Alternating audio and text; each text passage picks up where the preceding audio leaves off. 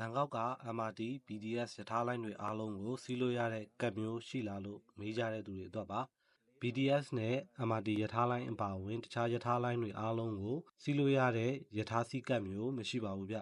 ကို့မှာ Rapid ကတ်ရှိမယ်လှုပ်ထားမယ်ဆိုရင် BTS အစိမ်းလိုင်း2လိုင်းနဲ့ရွှေအောင်လိုင်းတွေမှာစီးလို့ရသလို MRT အဝါလိုင်းနဲ့ပန်းရောင်လိုင်းတွေမှာလည်းစီးလို့ရပါတယ် Rapid ကတ်ရှိတယ်ဆိုရင်ရထားလိုင်း9လိုင်းမှာရထားစီးလို့ရမယ်လို့ဆိုနိုင်ပါတယ်ဗျRapid ကတ်တွေကို BTS ဘူတာရုံတွေမှာဝယ်လို့ရပါတယ်။ကိုယ့်စီမှာ Master ကတ် Visa ကတ်ကို Contactless Payment စနစ်နဲ့ကတ်မျိုးရှိတယ်ဆိုရင် MRT အပြလိုင်း၊ခမ်းရောင်လိုင်း၊အဝါရောင်လိုင်း၊ပန်းရောင်လိုင်းနဲ့ SRT အနီရောင်လိုင်းမှာရှိတဲ့ရထားလိုင်း2လိုင်းလုံးကိုစီးလို့ရပါမယ်။ဆိုတော့ Contactless အမှတ်အသားပါတဲ့ဘဏ်ကတ်နဲ့ဆိုရင်ရထားလိုင်း6လိုင်းမှာစီးလို့ရပါမယ်။ဘဏ်ကတ်တွေက Credit ကတ်ဖြစ်ရပါမယ်။ Debit ကတ်နဲ့ဆိုရင်ခရွန်ထိုင်ဘဏ်ကထုတ်ပေးတဲ့ကတ်နဲ့ UOB ဘဏ်ကထုတ်ပေးတဲ့ကတ်တွေပဲသုံးလို့ရပါမယ်ဗျ